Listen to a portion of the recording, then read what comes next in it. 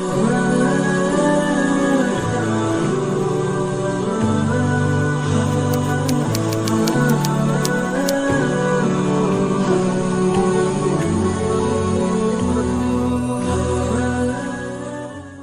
Ibu yang dimuliakan Allah Subhanahu wa taala, Rasul sallallahu alaihi wasallam bersabda dalam sebuah hadis yang diriwayatkan oleh Imam Muslim.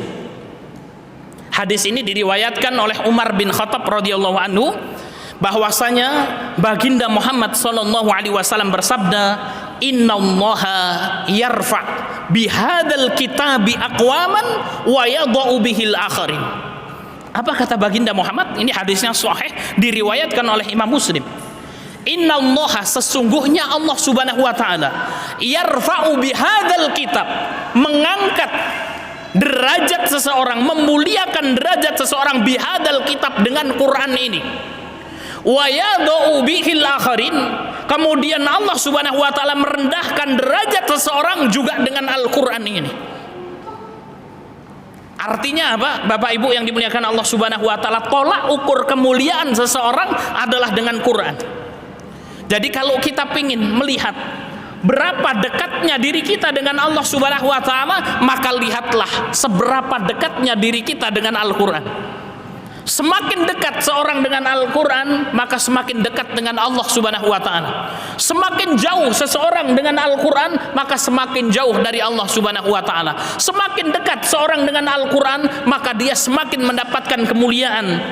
Semakin jauh seseorang dari Al-Qur'an, maka dia semakin jauh dari kemuliaan itu. Innallaha yarfa'u bihadzal kitabi aqwaman wa yad'u bi akharin. Ikhwanu fi din rahimakumullah, orang yang miskin itu bisa mulia dengan Quran.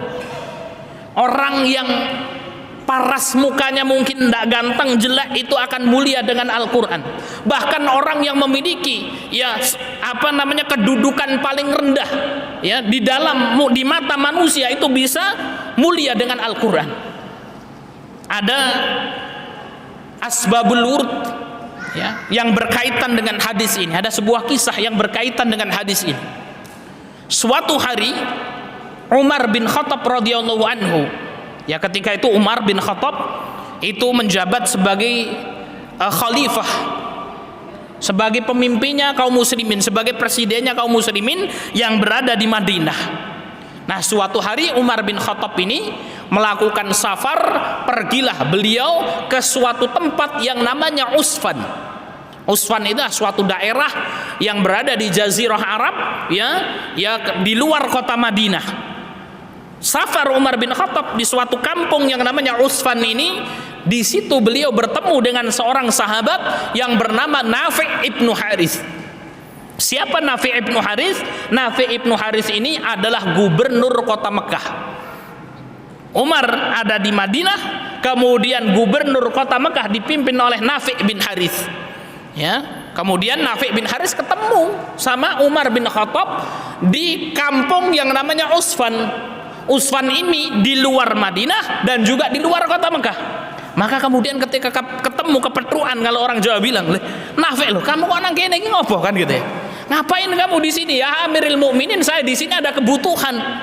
Netep lama lagi di tempat tersebut. Maka kemudian Umar bin Khattab tanya kepada Nafi' bin Haris ini. Karena dulu belum ada WA, Pak, gitu ya. Mungkin kalau sudah ada WA, SMS dulu ini. Assalamualaikum Umar gitu ya. Saya mau izin mau keluar kota gitu ya. Karena dulu tempatnya jauh. Maka kemudian tidak bisa berkomunikasi. Sampai kemudian ketemu di kampung yang namanya Usfan ini, Umar bin Khattab radhiyallahu anhu bertanya, "Man istakhlafta ala ahli wadi?" Wahai Nafi', engkau gantikan siapa ini? Pemerintahan kota Mekah ini. Engkau tinggal di sini diganti sama siapa? Engkau wakilkan kepada siapa kota Mekah ini? Kemudian Nafi' ibnu Haris ini berkata, "Ya Amiral Mukminin, saya serahkan kota Mekah itu kepada salah seorang sahabatku yang bernama Ibnu Abza." Namanya adalah Ibnu Abza. Umar tanya lagi, siapa Ibnu Abza? Heran ini Umar bin Khattab. Man Ibnu Abza? Ibnu Abza ini siapa? Jadi ikhwanu fiddin rahimakumullah, ketika Umar bin Khattab bertanya, man Ibnu Abza, siapa Ibnu Abza? Ini berarti apa? Ibnu Abza ini kira-kira orang besar, ya, yang kedudukannya besar, ya, terkenal, atau kemudian orang kecil ini, Pak? Orang kecil, karena tidak terkenal Ibnu Abza ini. Ya, kalau mungkin Abdurrahman atau Ali bin Abi Thalib gitu ya, maka kemudian tahu. Ya, ini Ibnu Abza, Umar bin Khattab tidak kenal siapa Ibnu Abza ini. Kok saya nggak pernah dengar orang yang namanya Ibnu Abza? Maka kemudian Nafi Ibnu Haris mengatakan, maula min mawalina. Ibnu Abza itu, wahai Amirul Mukminin, ya, bekas budak-budak kami. Bekas budak. Budak itu apa? Strata paling rendah dalam kehidupan manusia. Itu hukumnya seperti hewan. Ya, hukumnya seperti hewan. Maka kalau kita belajar usul fikih, maka kemudian itu di situ ada khilaf di kalangan para fuqaha, apakah hukum budak ini disamakan dengan manusia dalam hal kepemilikan atau justru kemudian dikiaskan kepada hewan. Dan pendapat yang kuat bahwasanya kias kepemilikan budak itu dikiaskan kepada hewan, yang artinya seluruh benda yang dimiliki oleh budak adalah milik tuannya. Sebagaimana kalau ada sapi kemudian apa, pulang ke kandang bawa emas sekarung, maka kemudian apa? Apakah emas itu milik sapi, Pak? Bukan, tapi milik yang punya sapi. Ya, jadi strata budak itu sampai seperti itu. Sampai kemudian Umar bin Khattab ini marah akhirnya. Ya Nafi, engkau serahkan ini kepemimpinan kota Mekah ini. Di situ ada Ka'bah, di situ ada orang-orang mulia. Engkau serahkan kepemimpinannya kepada bekas budak, kata Umar bin Khattab.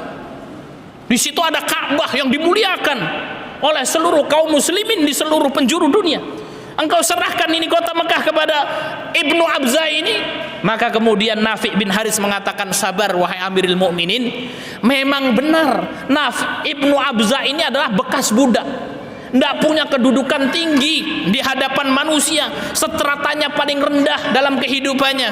Akan tapi kata Nafi bin Haris, walakin innahu qari'un bi kitabillahi wa alimun bil faraid. Apa kata Nafi Ibnu Haris? Walaupun beliau ini bekas budak wahai Umar, akan tetapi innahu ya alimun bil faraid wa hafidun bil Quran. Sesungguhnya apa? Ibnu Abza ini dia hafal Quran 30 juz, paham ilmu Al-Quran dan paham tentang ilmu waris. Ya. Maka kemudian Umar bin Khattab mengatakan, ya, wallahi, demi Allah, ini sami'tu, sesungguhnya aku mendengar Nabiyakum sallallahu alaihi wasallam qal, bahwasanya nabi kalian bersabda, innallaha yarfa'u bihadzal kitabi aqwaman wa yadh'u bihil akharin. Sesungguhnya Allah Subhanahu wa taala mengangkat derajat seseorang, memuliakan derajat seseorang dengan Quran ini dan merendahkan yang lain dengan Quran ini. Ikhwanu fiddin rahimakumullah, seorang budak stratanya paling rendah, kemudian apa, dia bisa mulia dengan apa? Dengan Al-Qur'anul Karim.